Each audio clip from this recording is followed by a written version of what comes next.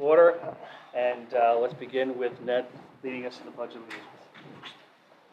I pledge allegiance to the flag of the United States of America and to the republic for which it stands, one nation, under God, indivisible, with liberty and justice for all.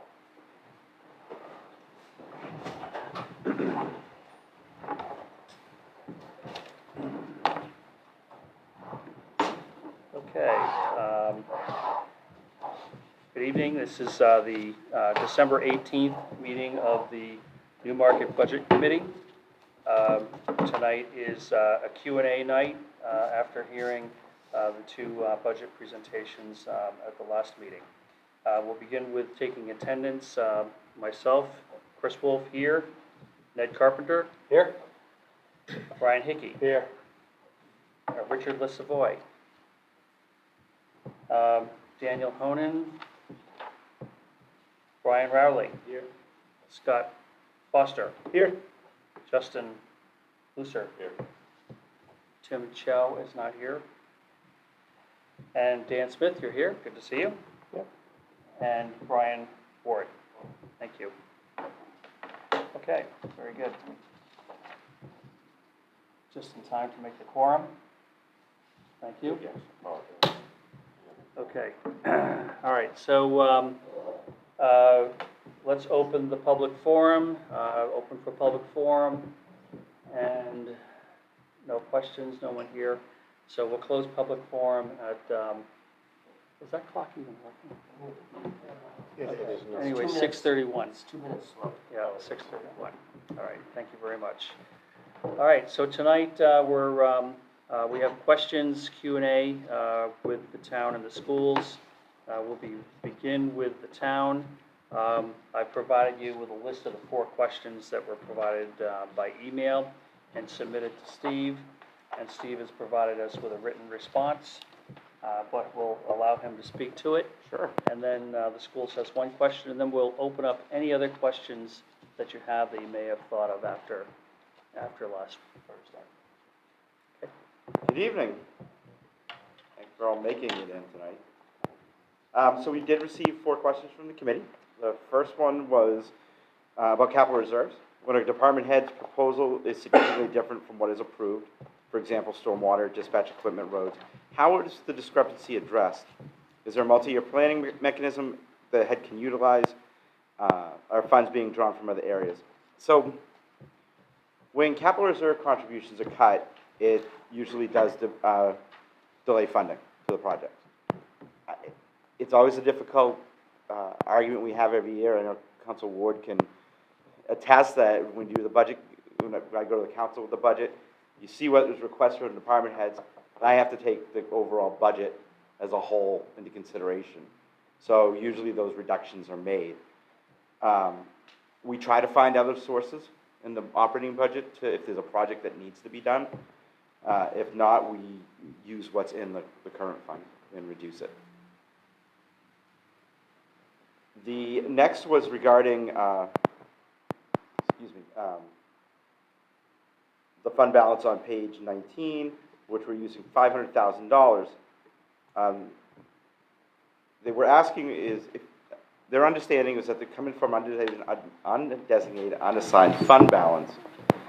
And if that's the case, is it possible to get a sense of how much of the unassigned fund balance will be retained after this withdrawal? What's the percentage of our revenues or expenditures of the undesignated fund balance after this? And finally, are there any implications for the town credit rating by sending these to capital reserve? The first, we don't sell our bonds on the open market. We, very few municipalities in New Hampshire do because we're just small. Portsmouth, Dover, Concord, they do. But we issue our debt through the New Hampshire Municipal Bond Bank, which is basically they pool all of our smaller municipalities together and they issue it. So our bond rating does not get impacted by our fund balance retained. That being said, DRA and our auditors do look at that and would have management comments in either in our annual audit. So currently we have $2,535,033, which is 7.26% of the gross town appropriations in fund balance. And we anticipate those numbers to always be in the range of 7 to 8%. So based on our historical experience, for example, in 2020, we had about 2.46, which is 8.45%. And in 21, it was 2.1, so 2.2, which is about 7.06%.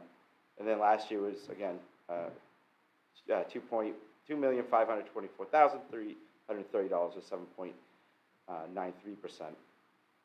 Again, this is based on DRA's annual tax breakdown, and we can never really anticipate what it's going to be the next year. We may have a year where revenues are way off, either high or low, from what we anticipated. So usually that impacts, and the other side is how much we actually expend.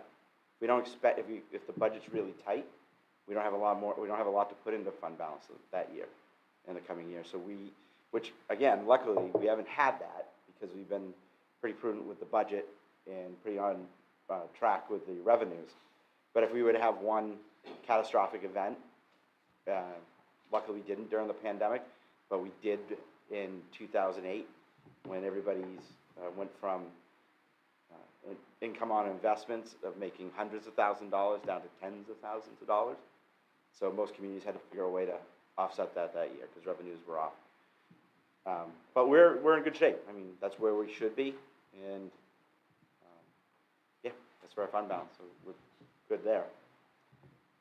Then we received, I was surprised to see a decrease in buildings and grounds budget for heat and oil and electricity. Is this based on forecasted drops in prices, impacts of planned building improvements, or usage changes? Inflation. Oil's dropping, electricity's dropping. Eversource has announced a rate of decrease. Oil has dropped. So no, we're just seeing that. We predict, and this is the problem. We write our budget for this fiscal year ending 24 way back in August of 22. If you remember, that's when inflation was going sky high, and we did think electricity and oil was going to continue on that rate, and it hasn't. It's dropped. We've seen the opposite. And finally, we had a question about the slide showing the economy, and where do we get the information? Really, two sources. The state of New Hampshire has a site called Granite Stats, a little pun on the name, from the Economic and Labor Market Bureau, Information Bureau, and the other one for the Consumer Price Index we get from the United States Bureau of Labor Statistics. And in your memo, you should have a link if you ever want to go check it out. They're in there. I get a monthly email on the labor statistics from the feds, and unemployment I usually get a quarterly from the state. But I can get it monthly as well. Any questions on those? Anybody else have any more questions? Just to, And it actually, Newmarket. Yeah. The town of Newmarket, it gives you the Unemployment down to the town of unemployment Newmarket. rate for the town of Newmarket. Yep. It goes from the United States down to the town. And it goes, Portsmouth Metro, which we're part of. We're actually in a unique position because we're not only Portsmouth Metro, but also side of the Stratford County Metro. But we always try to go with the Portsmouth because it's more accurate for our figures. But yeah, it gets us down there, drills down. people following for unemployment. I guess. Exactly. Well, so wherever they are. Any other questions for the town? Okay, thank you very much. How far does the strategic plan go out for the market? CIP? Yeah. 6 years. Yeah. And how does that, so if you were hypothetically saying like going to Newmarket needs a Six Flags, like draw, like do we look at like how, because obviously Newmarket's growing. Yeah. And more restaurants and tons of houses coming up. How does that factor into like the year? So what we do is, for example, the big one we presented the other night with police and police and town hall for facilities or updated facilities. We look, in that situation, we did the study, we look, okay, year one we'll fund the study, year two we'll fund the design, year three we'll go to either bond or try to put more money aside. Other projects, we do that for vehicles, larger roads, those kind of items. For water and sewer, does the same thing. And a lot of it gets especially with water sewer, mixed up because we'll find out there's grant opportunities out there, or there's forgivable loans. Like, last few years, it seems like we've had a 100% reimbursable loan for water and sewer almost on every ballot. So that actually bumps up our projects, and we're able to address those things quicker. The biggest one we had was probably, I want to say 3 to 4 years ago. Rural development came in and said, hey guys, you're not going to be rural much longer, which we still don't understand why we are in this area, but we want to provide you with some funds. And we said, okay, we have $2 million worth of projects. They go, can you come up with 12? And we said, okay, and we did. And we were able to fix that, and we bumped a lot of the projects up ahead. Yeah. When you say rural development, where is that? United States Department of Agriculture. They have a program called Rural Development, which helps those rural communities to improve their infrastructure and economic development. I mean, we're part of the Boston Metro, which is one of the largest in the country. So that's why they're looking at us saying, okay, you guys aren't going to be rural much longer. For some reason, Newmarket was still etched out in there. So we were able to get extra funds. You still have a lot of farmland in town. We have some, but not a lot, not compared to the surrounding ones. Yeah, But we've got it. yeah. Fairly quick, just Yeah. on the topic of grants, how does the town typically go about identifying grants? Is there like a full-time person? Is Nope. that- Okay. No, we have department heads. They'll hear possible programs. They'll come in with proposals, submit the proposals. The council gave me authority to accept grants on behalf of the town when I first started here years ago. So you let the council know, but I will accept them on behalf of them. Only if we have a match, then we have to go to the council to find the funds somewhere, if it's moving money around.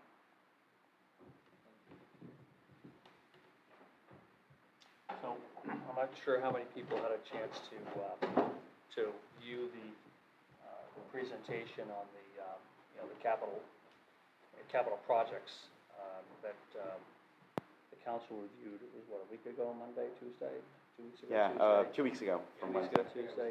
Yep, Yeah, it's still available to Yep. watch that video. it's available. The video's available. The study itself is online. Mhm. I think it's on the town manager's page. It's a great presentation. So if you haven't had a chance to see it, go ahead and take a look at it. Yeah, it explains the deficiencies in this building as well as the police department. Mm-hmm. Just, That's good type of research. Anything else? Anybody else have any thoughts? Were we gonna do other questions after, or are these just questions that are for you? This is for the town, and then we're Okay, all the gonna town. move on to I Todd. have just one, and Yeah. if you can't do it off the top of your head, that's fine, I should have sent it earlier. No. What's the approximate number of the rate for water and sewer rate users? how many, I want to say 2,000. So it's mainly the down, I don't know off the top of my head, but we can find out and send that I to you. just saw a lot of things in the budget that Yeah. this will be covered by rate users, this will Yep. be covered by rate users, and I think the rate users. Yeah, it is, I mean, that's it. It's a lot of the capital improvements for the water and sewer department, but those are the ones who use it, they're the ones who Mhm. pay for it. And those departments, they look like they're fairly well-funded. Yeah, They're running well. I'm not sure what an ROI would be, but yeah, and they have their own fund balances as well that they have to keep. yeah, which is good. We don't take responsibility for that. Anything else? Anybody else? Okay, well, we'll always have questions coming up. So, your next, yes, thank you very much. Do we stay for the after or we done? I think we're all set. I think we're all set. Thank you. Thank you. We'll get another bite at the apple on the Yeah. 8th. So, Happy holidays. okay, everybody. thank you. Merry Christmas. Hi, Steve. Happy Hanukkah. Hello there. Haven't seen you in a week. It's been a whole week. I missed you guys. Thanks for having me back. And actually, I wanted to start by just apologizing that I didn't get the Appendix B for the default budget in the binders you were given. Did everybody, I sent it to Chris, did everybody get a copy? If not, I have copies here if anybody needs one. I just wanted to quickly reference it. If you look at that memo, you can see the default budget is projected at $27,066,373. And there's a nice explanation in the memo there that kind of explains how default budgets are calculated. So anyway, questions about the default budget? I mean, that was just a side point that I brought in at the end of last time. I didn't want to leave that out. All right, so on to the question that I have been asked to respond to. The question I was asked to respond to is about teacher salaries. I understand from Monday's conversation that the recent salary increases did not largely affect teaching staff. This may be outside the scope of the fiscal year conversation, but if not, I'm curious to hear Todd's thoughts on the sustainability of the current teaching staff salaries. Do we anticipate another analysis and increase in the near future to address teaching staff? The first thing you need to understand about the teaching staff is it's a collective bargaining unit. So anything I would offer here, you've got to keep in mind that there's going to be negotiations that are going to take place probably next summer through August and into the fall.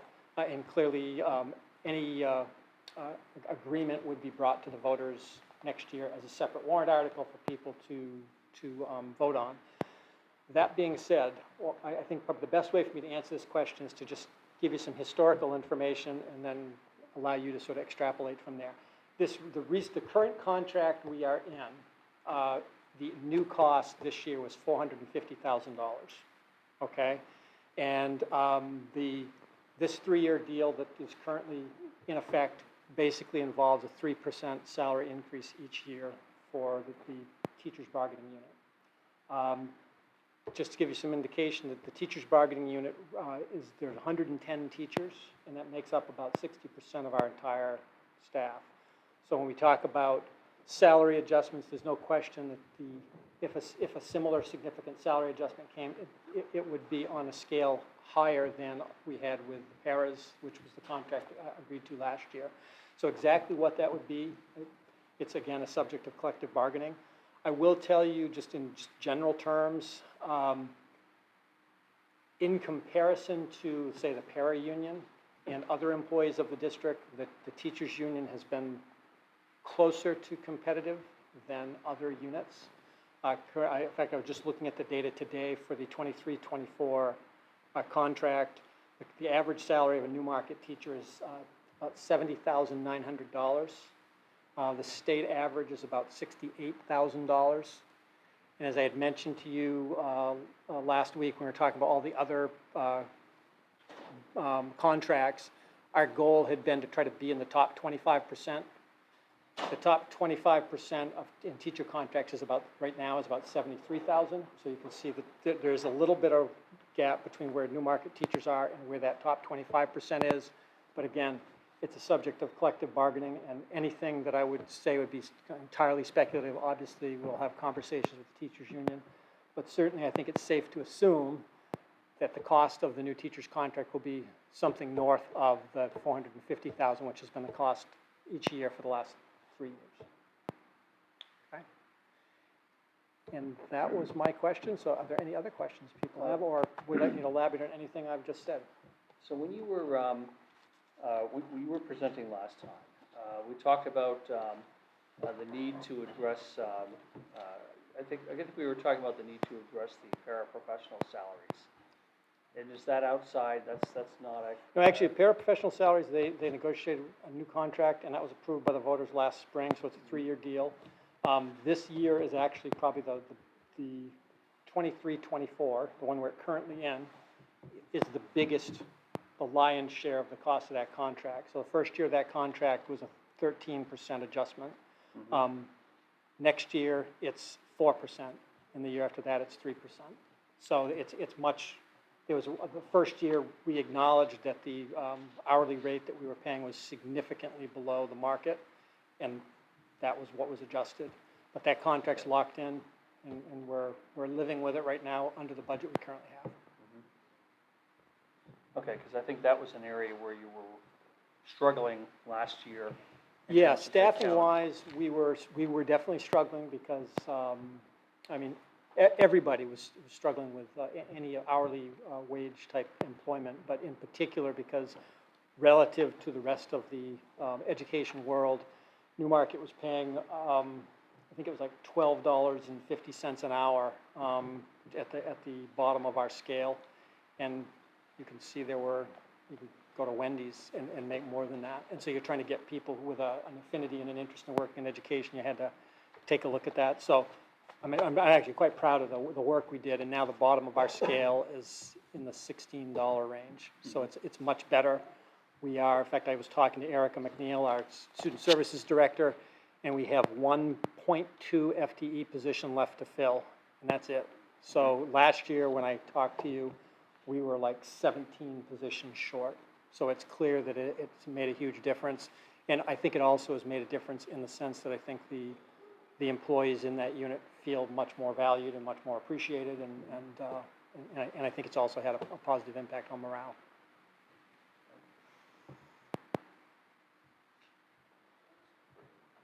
Sure. So once the collective bargaining is done, then that goes to it. And what happens if that goes down? It's like, no, we go back to the. We go back to the table and negotiate again. With all of the provisions of the current contract stay in effect until a new successor agreement is arrived at. You know, so what we try to do with the like I'll use the para group last summer as an example. We got an early start on it because we knew we had a lot of things to talk about. So we were negotiating in July and August so that when it reached September, we were closing in on an agreement. And so we wanted to have a tentative agreement that the board could then take into account as they finalize their budget. And certainly that would be the goal with the teachers group as well. I've actually already started having conversations with the leadership, and they're gung-ho, ready to start in next summer. And so I'm confident we'll know at least tentatively what that cost will look like when we do budget development next year. Just one other question. How many, are 100% of the teachers in the union, or do you opt out? Yeah, there are a few that opt out, although it's a pretty low percentage. You know, I'd have to ask the union leadership to give me the exact number, but it's probably 95% of the teachers are members of the union, similar with the para group as well.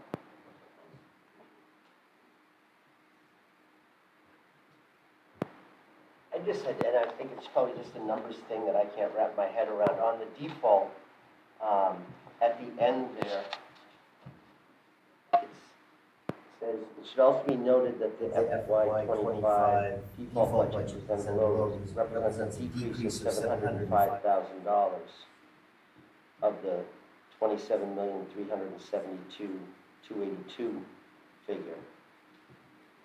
And it doesn't align with. Well, here it says the 2025 default budget is $27,066,373. So I'm only seeing like a difference of 306. So I think I'm just missing something. Yeah, the key difference, when we appropriate, we also have to appropriate all the grant funds. So if you go back to, hold on, what page it's on? There's we're estimating a $400,000 grant revenue is configured in that, and that's the difference between, when we're talking the local dollars difference, it's about 300,000, but then there's 400,000 of grant funds that have to be appropriated as well that we're anticipating. Okay. So that's I think that's the number that you're, oh, hold on, let me get the. But you'd still be getting, hopefully getting that $400,000 in grant money. Absolutely. Okay. In fact, we always do. But we can't spend it unless we appropriate it. So if we don't include it in the total, when voters vote to approve it, we can't spend the grant money. So you can't even accept it. We'd probably, if we accepted grant money that wasn't budgeted for, we'd have to have a special meeting and go through a whole process each time. So basically what we do is we try to, 400,000, it's a very solid number. We historically get somewhere around 180,000 of Title I money. We get about 50,000 of Title II money. We get about 25,000 of Title IV money, and then we get about 10,000 of IDEA, and that all adds up to about $400,000. So that's what that's accounting for. I think you have to, your total budget, and then you have to subtract out all the various sources of funding, and then the balance you're left with is the funds that have to come from the town. Correct. And it's from that we calculate the tax rate. Yes. And that's why the default budget doesn't fully align. So it is, the default budget is $700,000 less than the total appropriation, but the proposed 24-25 budget involves $27,372,000 appropriation separate from grant funds. So, Yeah, it's a little bit tricky because what the voters approve or don't approve is the total you're going to spend regardless of where it comes from. And it's something people have always had a hard time wrapping their heads around because things like grants and state aid end up reducing what you collect through taxation, but the voters aren't approving a number to collect through taxation. They're approving a total number that we're allowed to spend. which is actually one of the challenges to building a budget when you're focused on the appropriation side. And the reality is your taxpayers care about what's my tax rate going to be, which really is on the revenue side for the most part. Any other questions? I have a question that might be more related to general education. I do know in the elementary school proposal that, it's noted that they adhere to maximum size guidelines. And in the context of, I think there was a light discussion last week about potentially trying to maximize capacity. And I wondered, do we have kind of if we follow guidelines for maximum class size, is there like an ideal class size? That's, sure, we don't go over the max, but we also see diminishing returns between this ideal size and reaching that maximum that we would want to hew to when we're considering those conversations?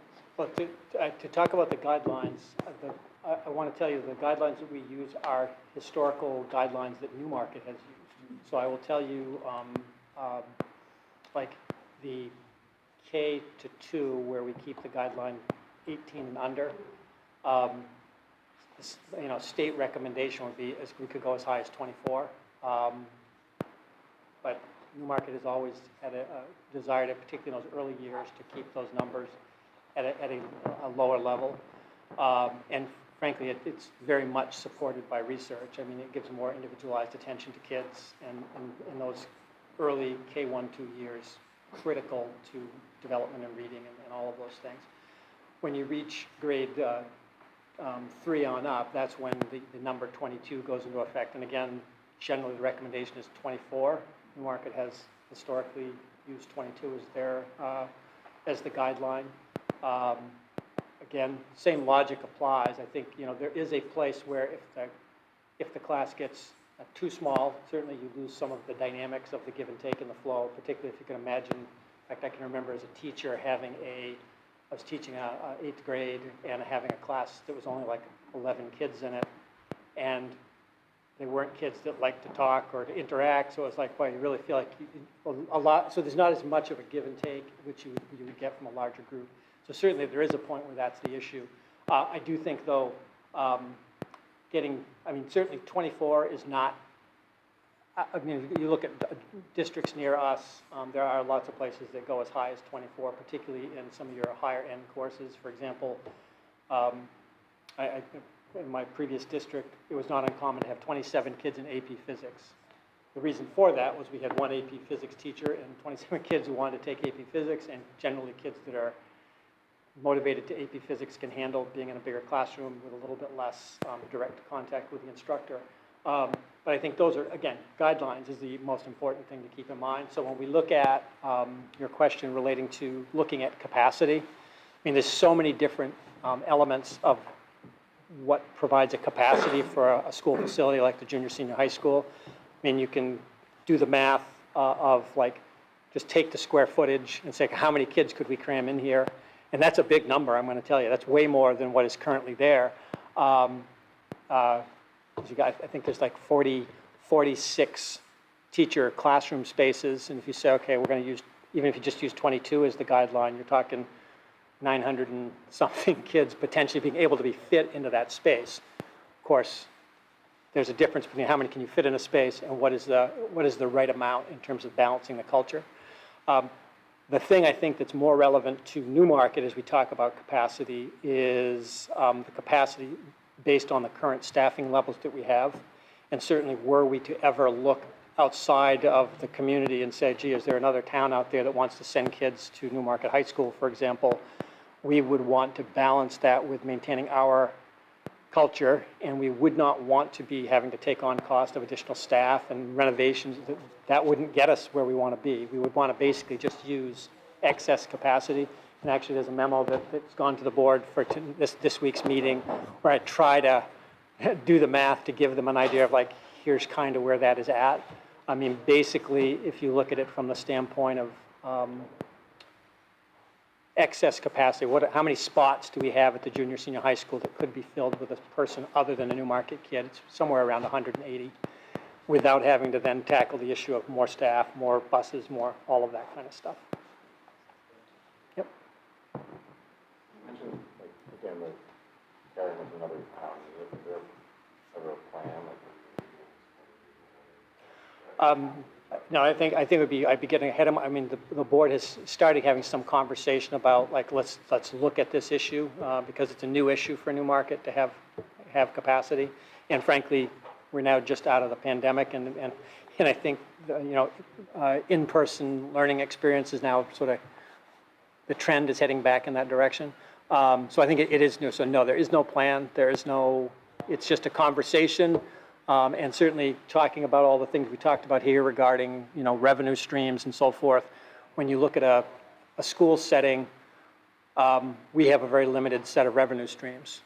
The biggest one is we build the town, for the local tax rate. And then we, as we mentioned, we have grants.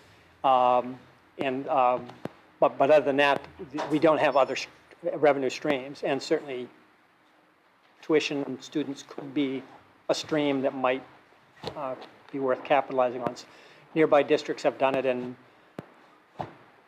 been able to salvage a lot of their programs and potentially even expand programs based on just having the money to do it. Yeah, I guess I was just curious, like, the current environment, so like surrounding towns, like, conversations like. Well, Maybe in some amount of time, we're gonna have to look at consolidating it, but that's. There's no, New Hampshire is the political dynamic in New Hampshire with regards to public education is very unique in that there isn't a lot of pressure coming from anywhere other than ourselves to take a look at things of this sort.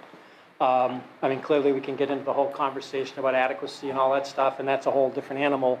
But in terms of looking at your local opportunities and what you have in front of you is very local. So without naming districts nearby, there are lots of districts or communities in the Seacoast that do not have high schools that might at some point be open to considering a Newmarket or another school as a site to send their students to. Typically, most of these communities have, an agreement with a particular school that they're sending to, but then even beyond that, there's what they call school of choice options that are out there for most of those communities. So it would be, if that were something that we decided as a community we wanted, it would be involving a lot of outreach, a lot of conversations, and trying to find a partner that would, balance with what we were trying to accomplish in Newmarket. Thanks.